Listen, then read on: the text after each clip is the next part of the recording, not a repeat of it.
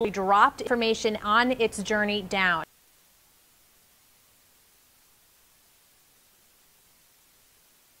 Of the storm and for that matter, the environment around data back to the aircraft.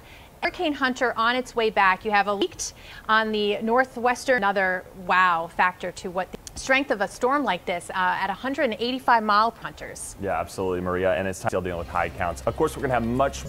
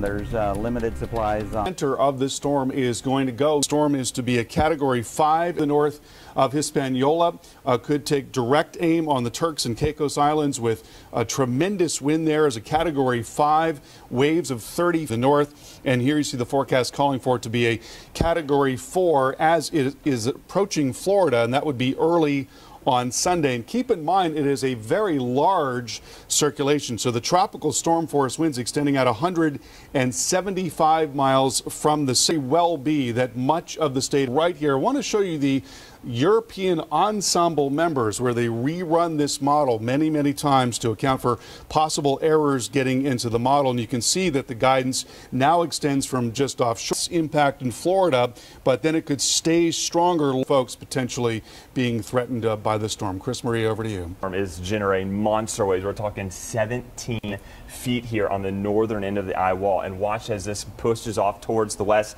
There's Puerto Rico, so the north side of the island getting hit hard, but the Turks and Caicos going to see very high waves, as Maria's pointing out, between 20 to 30.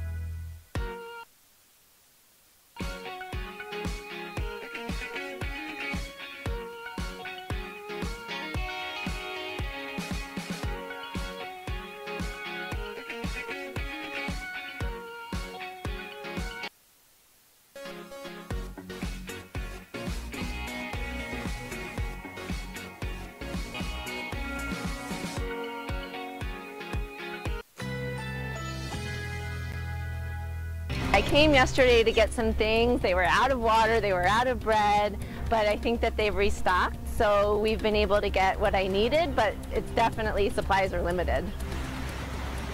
And that's what to do right now. Get what you need. Winds picking up in the U.S. Virgin Islands. This is video out of St. John where they have a hurricane warning in effect. Yeah, extreme threat to life and property due to high at Calypso Beach. That's in the Abaco Islands of Bahamas, and also dating for the Turks and Caicos as well as the Bahamas, and certainly could be for the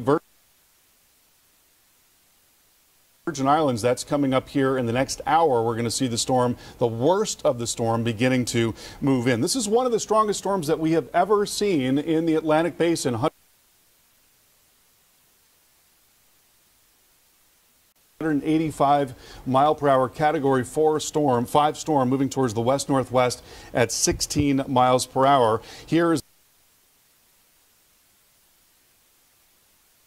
the visible satellite imagery. We saw a direct hit in Anguilla and St. Martin and also St. Bart's earlier this morning. Look at the motion there in the low levels of that eye. You've got just unbelievable velocity there. We got a report of 155 mile per hour wind in Barbuda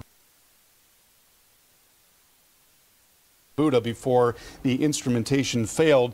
And now that eye wall, that very most dangerous part of the storm, is now just about 20 miles from the eastern extent of the British Virgin Islands. 150 miles per hour. Forecast for San Juan, looking for hurricane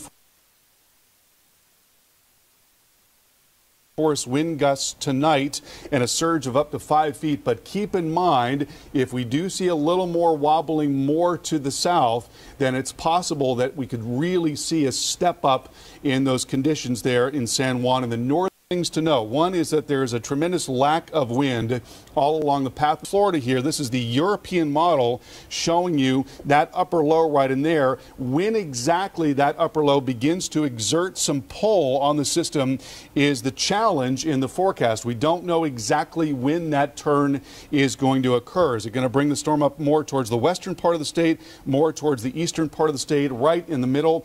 It has a lot of implications for the long-term impact of the storm to the eastern part of the state and offshore.